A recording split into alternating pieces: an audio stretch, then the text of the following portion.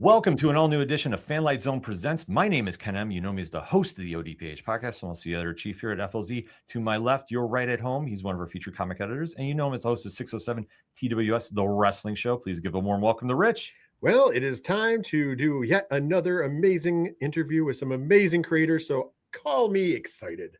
How could you not be excited? Because coming in July is a book that will take you back to the ages of Hanna-Barbera. Those all ages conflict stories that just are really going to captivate you.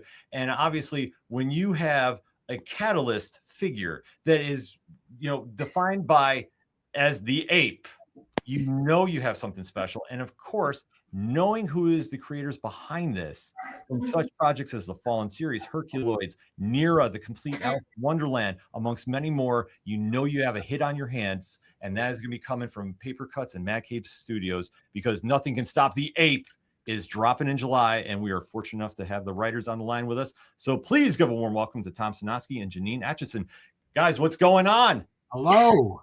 Hello. Lots of things. Well, yes, obviously a lot of things are going on, and especially with this book.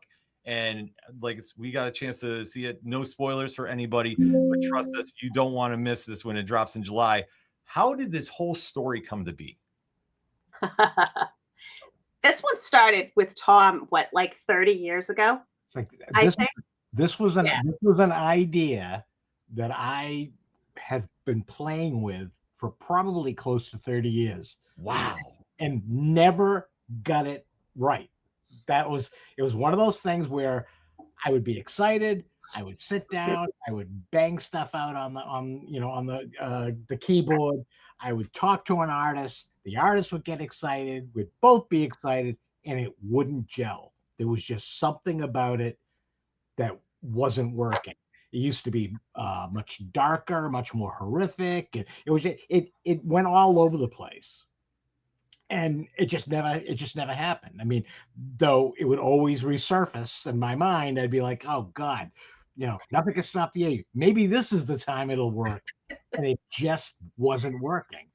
And I think around the time that Jeannine and I started working with each other, for some reason, what it was? I had wanted a publisher to pick up the Herculoids. Yeah. Which eventually it did happen, but nobody wanted it at the time. And I suddenly was like, well, wait a minute. What if the ape concept could be made to be like an old Hanna-Barbera cartoon? Yeah. So I mentioned it to Jeannine. Jeannine was like, oh, that's an interesting take. And the story evolved. It finally started to move. Yeah. It finally started to be what I thought it wanted to be when she got involved, and we did the Hanna-Barbera angle, and then we got Craig Rousseau on board, and everything just kind of fell into place. Yeah. Really? We were talking about the Herculoids, and I remembered them too. We're about the same age, and we started talking about it. We started talking about all the Saturday morning cartoons that we used to watch. And one of my favorites was Johnny Quest. I just loved it. I loved the theme song, and it was just so much fun to watch. And then I think that was the key that kind of brought everything together. We were like, oh, that's what it needs. It needs to be kind of just like that nostalgic 60s, 70s thing. And it happened. Yeah. Yeah. But until then, it was just eluding me. No matter how I attempted to do something with it, I was super excited. I wanted to do it more than anything, but it just wasn't gelling. It just wasn't ever coming together. Even Mignola was like, that's the greatest title I've ever heard. And I'm like, right, and I can't do anything with it. It was like the impossible dream. Yes. That finally Yeah. I mean, I can go into my computer files and find multiple versions over the years. Even I can even find artwork. Yeah, you had artwork too. Wow. From artists that were almost involved, and it just never happened. But now here we are. Yes. We finally got here.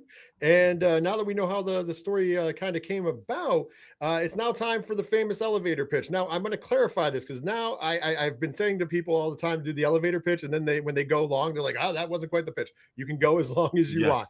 Let everybody know who might not know what Nothing Can Stop the Ape is all about. Oh man! I love how people pause, like they You get. got to build that up. You got to build that up. Do you want me to try to do the elevator pitch? Yeah, do the elevator pitch. Okay, it's about a little boy named Maxwell, whose mother is an archaeologist, and who on a archaeological dig accidentally discovers the corpse of this ancient goddess. And in discovering the ancient goddess, she becomes possessed by the spirit of the goddess, who has decided that the world that she left before passing into this kind of like almost like a hibernation state, she doesn't particularly care for what's happened to the world, and decides that she's going to remake it in her own image because she's disappointed. Now Maxwell wants his mom back, and in different ways, like hooking up with some reincarnated prehistoric superheroes, decides that the only way he's going to bring her back is to make a deal with an ancient deity of chaos, which is Garagenda the ape. And basically it's him trying to convince the ape to take out his mortal enemy, which is Thuna, the goddess of order. So it's kind of like the bad guys kind of have switched place. The good guy is the bad guy, and the bad guy is the good guy. And Unwillingly, but unwillingly, and then hilarity ensues. That touches me because as a wrestling fan, as we're doing a wrestling stuff, it's what they call the old-fashioned double switch. The good guy becomes the bad guy becomes the good guy, and when done right, which it is in this book. Once again, no spoilers, but we did get a chance to read it. When done right, it's a very, very effective and very awesome. And especially like with your writing, you've had characters that have been a little darker over the years. Looking at Vampirella and Nera, to name a few. When you're writing an all ages story, was there ever a notion like you're drifting into more serious territory, or did you kind of find yourself pulling back? Because I know you alluded to it as like it was more darker, more in that territory. It's like, when did you know at that moment, like, okay, we got to really pull this back? When our editor told us to tone it down a little. There were a couple of instances where in our original script, like, people died, there was blood, things were dire. And we got this list, I think, after we had done our initial like story like the outline. Plot outline. This giant list shared with us, like, there can be no blood, nobody can die on screen. Like, it was like, this is all ages, meaning little kids are going to read this too. And there were just a couple of instances where we had to kind of pull back on the carnage. But at the same time, I think we found a way around it. Yeah, I think it worked. Not getting rid of it completely, but just approaching it from a different angle. Yeah. Which made it more acceptable to me because we weren't losing anything. Yeah. We were just doing it a little bit differently.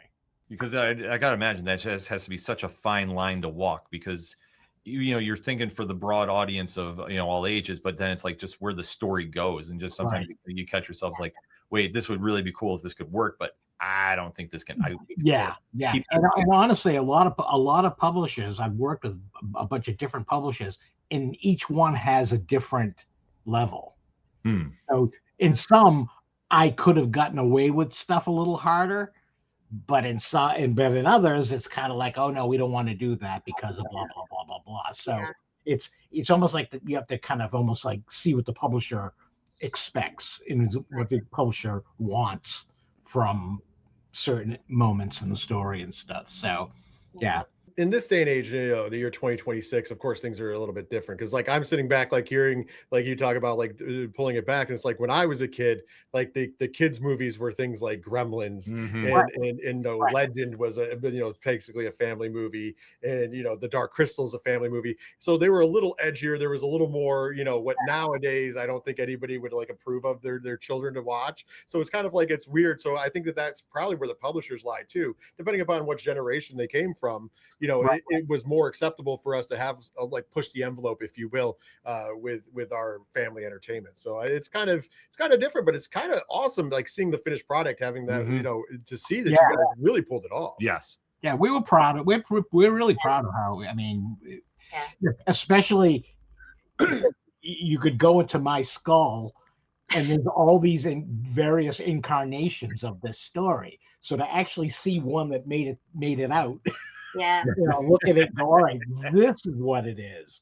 Yeah. This is what it was. It's not all this crazy shit that's fighting inside my skull right now. This is what it ended up being. So I'll tell you, it came out awesome Yes. and amazing, and that's coming from an adult reading it. So Mm. it's going to be awesome when everybody else gets it. Another part that makes it really awesome, and you mentioned earlier, Craig Russo is the artist on the book. Amazing work in this, fantastic.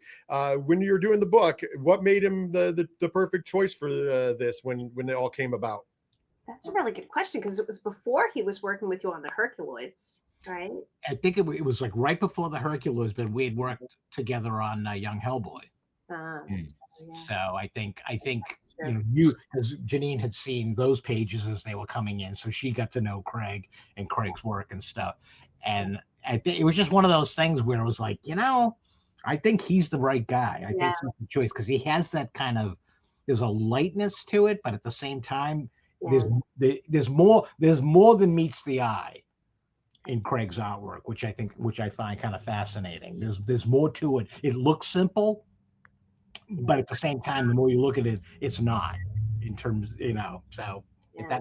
if that makes any sense at all. It definitely does. Mhm. Like I said, from coming in, I know where the spoilers are, and no spoilers for the folks, but like being the fact of reading it and seeing it, like it does, it comes across very Saturday morning cartoonish as far as like the actual art, but then there is a lot of detail in it. So Mhm. it's like, it's once again, it's not like, so if you were to just like flip through, like let's say you're a younger reader and you're just flipping through, it's gonna catch your eye. But Yeah. as an older reader flipping through, you're gonna get your eye caught by like different things. Like it's gonna be like, oh, wait a minute, there's this in this photo, and oh, there's this other thing over here. So like it's kind of like it's weird because it is complex in a way, but it's simplistic. It looks simplistic, but there's a complexity to it. So it's confusing, but it does make sense. Right. Yeah. On its face, it's very simple, but when you really look at it, it's like there's movement, there's depth to the characters, and Yeah. it's Yeah, so his cool. storytelling is really good. Yeah. I mean, what we give him in our panel descriptions and stuff, he can do in the simplest way, but it's exactly what we were asking for. So Yeah, I was gonna say the facial expressions look amazing. Mhm. Like that was one of the things that I noticed. Very like the storytelling of just the facial expressions, they match up really well with the scene. So Yeah. and once again, you don't usually run into that when you're dealing with the quote unquote simplistic art form. So that's why I said that's where it comes in. Yeah, there's a couple scenes, and I wish I could say them, but I can't. That really stand out for that reason alone too. Like, but that's why I say everybody needs to go get Nothing Can Stop the Ape when it comes out. So going back to how this is a very heavily influenced Hanna-Barbera theme book. What about that era do you both feel is so timeless that this, still is just as impactful as it was way back when? I think for me, it's just the nostalgia of it, and that I don't know, like we grew up in the 60s and the 70s, and I feel like I don't know, that was just a really cool time to grow up. Things were different. I don't know. I just like I had a probably Tom too. We had really good childhoods, and just part of that was I don't know the stuff that shaped us, like Hanna Barbera earlier on, but then like things like Kolchak or things like Dark Shadows, like Mm. all of that stuff was just it was great. It was a great era for like TV, and so I don't know. I think for me, it's like the nostalgia of it. what's interesting for me is that I think back on, like, for example, sitting watching the Herculoids. I'd never seen it before. Mhm. So this is there was nothing for me to go, oh, that's just like that. I was too young. This was all it was forming me. It was basically making me the creature that I am now. Uh, just, Better you if know, yeah, yeah. I mean, it's very formative. It's very, Yeah. like that Herculoid stuff, just embed like Herculoids and Space Ghost and all, it just cemented in my brain, and I just carried it. Like it was always there somewhere as my writing career developed and stuff. It was always part of all the other stuff that came after. It's just very, very formative. Oh yeah, I mean, I still think that era of animation and cartoons, it still holds up because it's still at its core the storytelling and the creativity Yeah, still is just is just bursting on every scene. yeah, That when you're watching those cartoons, like I don't feel like I mean they're dated, so to speak, with the animation, sure, but for the story aspect, good versus evil and what it entails, it's still a relevant theme. And yeah, it's still one that, like, I think is now a younger generation is now going back and checking that out. I think it's really being impactful. Like when you talk about, readers now going checking out the Herculoids or Space yeah. Ghost and the work that's being done on those books, and just to name a few, Right. it's just that concept. I think is timeless. And I think with this book, like being a little bit of like an homage to that era, you can definitely sense that because, like I say, the storytelling involved in this is top notch. Yeah. Well, Thank you. obviously there's a lot of great stories in that realm still, as you pointed out, especially in comics. The Space Ghost, Herculoids, et cetera, et cetera. We could go on, but those shows are still on. Like the testament of time of the Hanna-Barbera stuff that still plays and kids still watch it, and I think that's why is because there's such a rich story there. And as somebody who is always greedy as a consumer, after reading this and having all the Hanna-Barbera stuff, I think now you guys need to give us a Magilla Gorilla stuff. Let's get to the copywriting for that. I know I'm skipping ahead a little bit, but well, whoever we have to talk to over there, Put it out in the universe. let's go because that is a big ape as well. So yes. Yeah.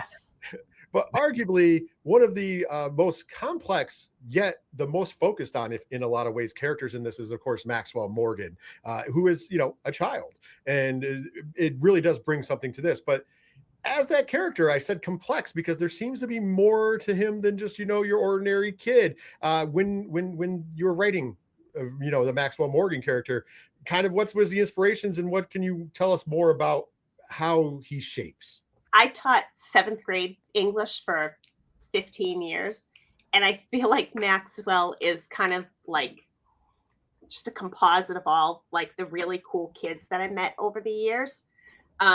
And some of them were like, the straight A student and ones who played sports all seasons, like those really well-rounded kids, but also the really quirky kids who were like a little bit awkward. Like those were generally my favorite, like the ones who liked drawing or the ones who, liked Guitar Hero or whatever. So I feel like it's almost like a little bit of an homage to like all the students that kind of filtered through my classroom over the years. That kind of does shine through. Yeah. He is kind of the mixture of every kind of type, if you will. And I mean, not obviously what we do here. He's got the nerdy sense. He's the very intelligent, very astute, but also very athletic. Very he's climbing up and down things, and it's crazy to stuff. So yeah, it really is a great composite. Kind of like just a little tiny piece of everything. And then as we talk about the conflict between Thunna and the ape, it's a very complicated, like we touched upon it a little bit. When the original concept was coming out, did this really detour into the final product? Because as we alluded to, it's kind of like a double switch in the roles. Yeah.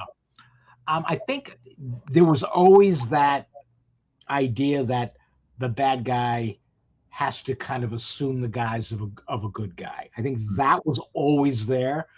The Thuna stuff, I'm not 100% sure. Actually, I think originally, she was named Amara originally. And the Amara is the name of another character that Jeannine and I used in Soul Taker.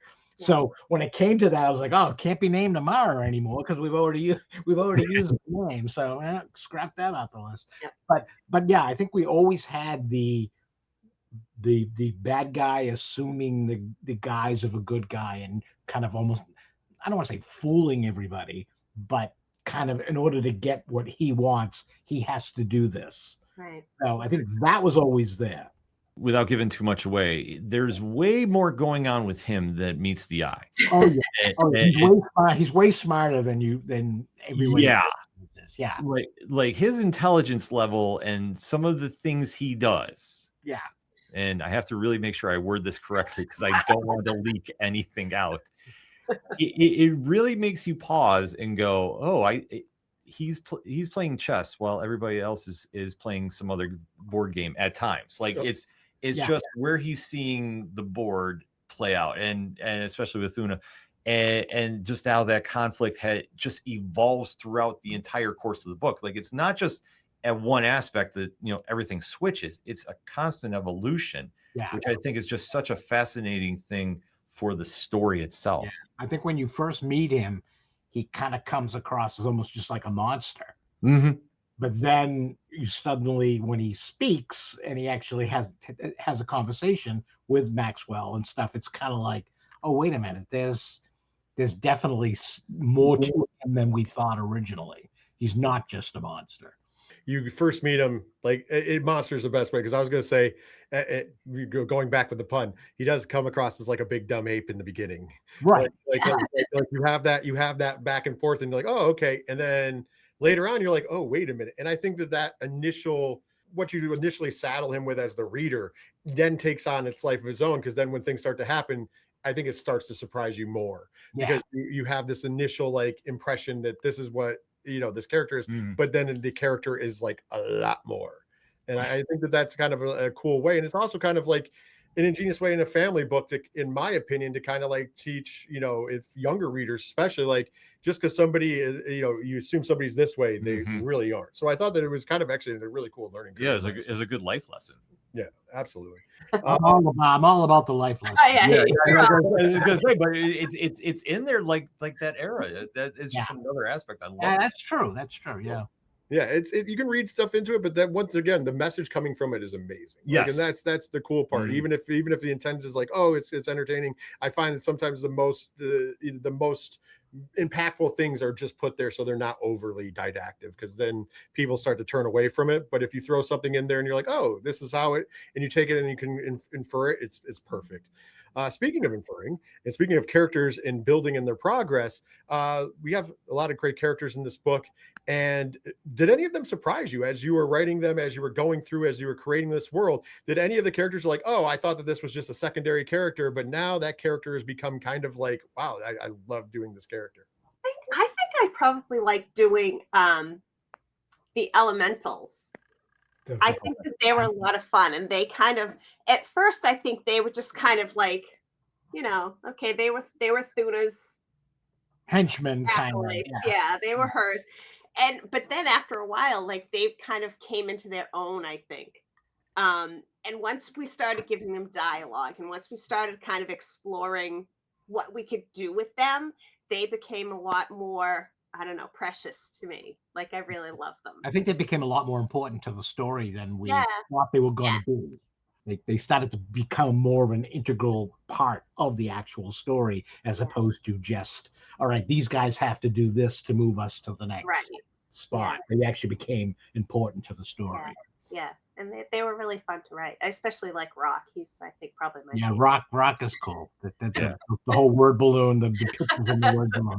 That was really funny. That was fun. There's a lot of stuff that is amazing and fun about this book, and we can't stress that enough. Now let's throw you a couple fun questions here before we end things. Obviously, this is based heavily influenced on Hanna-Barbera. What was your favorite Saturday morning cartoon growing up? I have no, Herculoids was it for me. I mean, that thing just latched onto me, and I took that everywhere I went. I mean, I can remember the earliest days of my career thinking, I'm going to write that book someday. Somebody's going to get that license. That's wild. I think mine was probably Johnny Quest. Okay. Like, that's the one that I looked forward to the most, I think. And it could have been just because of the theme song, because I used to dance to it, but it was my favorite. Both great choices. Johnny Quest just had such a unique feel. there wasn't really anything like that Hmm. before or even kind of after. I mean, it's super, super unique. Absolutely, yeah. When you're thinking about it, it was definitely ahead of its time Way ahead. in a lot of ways, and I just still think now it probably still hasn't really quite caught up to it. Now that we know some of your favorite Saturday morning cartoons, this is one of fun. We are in the era of crossovers in comic books, especially, and crossovers everywhere, but comic books especially. So if we're gonna put this on the shelf, and I know Tom, you waited forever for somebody to get the licensing for the Herculoids, but let's just say that we could offer you any licensing at all. Copyrights be damned. You don't have to worry about it. If you could cross over, nothing can stop the ape. Yeah. With any other property, what would you cross it over with and why? Oh God, that's actually kind of easy. Okay. I do Hellboy in a minute. Oh, that's good. That'd be fun. Yeah. Really? Oh God, that'd be so simple. It'd be simple and really fun. But just because of the two personalities, Mm-hmm. he's a god of chaos, and Hellboy's job is to get rid of stuff like that. So, yeah, that kind of writes itself. How about Nothing Can Stop the Ape in the Archies? Oh, that would be interesting. Oh, that'd be fun. Oh my God. I was going to say, well, the one that jumped out to me, because obviously Elementals, you could go with Captain Planet. Oh, that's true. If you wanted to do another cartoon stuff, yeah.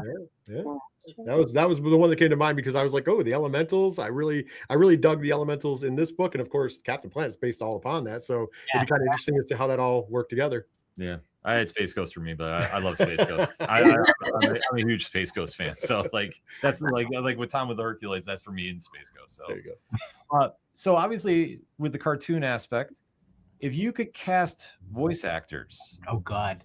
for Thuna the Ape and Maxwell, who would you cast? Honestly, for Maxwell, Luke Speakman. Oh, okay. There's this young actor. He's probably about Maxwell's age. Yeah. And he voiced young Bentley in Tom's dramatic podcast of Grim Death and Bill the Electrocuted Criminal. Okay. And he was amazing because we get to watch the recording of the podcast, and this kid came in and he just Yeah. knew I mean, he was amazing to watch, and he gave like 1,000%. Yeah. And I think at the time he was probably about 10. So he's got to be like 12 by now. Yeah, and he was in Weapons. That's right. Right. He played Josh Brolin's son. Yeah. Oh, okay. All right. Yeah. Wow. Yeah. Yeah. He's terrific. Yeah, Jeannine, that's really good. Right? Yeah. I think I would go for Garagenda, the ape. I think Clancy Brown. Ooh, that would be good. Perfect. Yeah. That would be great. I was going to go more on the nose, because for Rock, we were just going with the Rock. Wait, This is all visual though. Well, I mean, it would live action. That would be a great. Oh, visual. live action would be amazing. He but looks like a mountain of a man. But yeah, I just thought it would be funny because it's like right on the nose. Like, just do the same character. Why not? So we know we got this coming up. We got Nothing Can Stop the Ape, which everybody should pick up. Make sure you grab a hold of that. But do you have any future projects that you can talk about coming out? God, we got to talk about. Yeah, exactly. Right. we don't want you to get in trouble. Yeah, we don't want to get you. I always have to kind of like go. What? I know which one. Grim Death novella. A new Grim Death novella That will be coming out probably next year with Yeah. Bad Hand Books, the same people who did Nera. Okay. So we'll have a couple of those. There's one thing it's on the tip of my tongue, and I know somebody told me I could talk about it, but I don't know if I trust them. Okay. Then don't do Safe it. than sorry. I don't know if I could trust them. They said, "Oh yeah, you can talk about that because we haven't done the official announcement, but you could talk about it." And there's part of me that's like, I think they probably want to do an official announcement before we. I always go better safe than sorry. Yes. Yeah. Yeah. We don't want you to get the emails from the publisher. We don't want to get the emails from the publisher. Saying, you got to take this episode down and edit immediately. But there's a lot of stuff to be excited for with the writing. Yeah, we have stuff. There's lots of stuff. Yeah. We'll come back when we can talk about it. Perfect. Perfect. Let's make that happen, because after everybody checks out Nothing Can Stop the Ape, they're going to want to see more of what you're writing, because obviously everything you guys have done has been great. And this is going to be a book, no matter what age you are, there's something in it for you. For a younger reader, this is going to absolutely knock your socks off. And then if you're an older reader, there's so much layered details in this that when you read it once, you might miss something. Because honestly, I did my first time and I went back and was like, oh. And to get that reaction out of a story, that's what we want as comic fans. That's what we want as readers in general. We want to have that moment that leaves that lasting impression on us and makes us say we want more of this. So Tom and Jeannine, thank you guys so much for coming on the show. We definitely have to talk down the road. Thank you very much. Thanks for liking. Yeah, always, of course. On behalf of Rich and myself, thank you again for checking out another edition of Fanlight Zone Presents. We'll see you next time.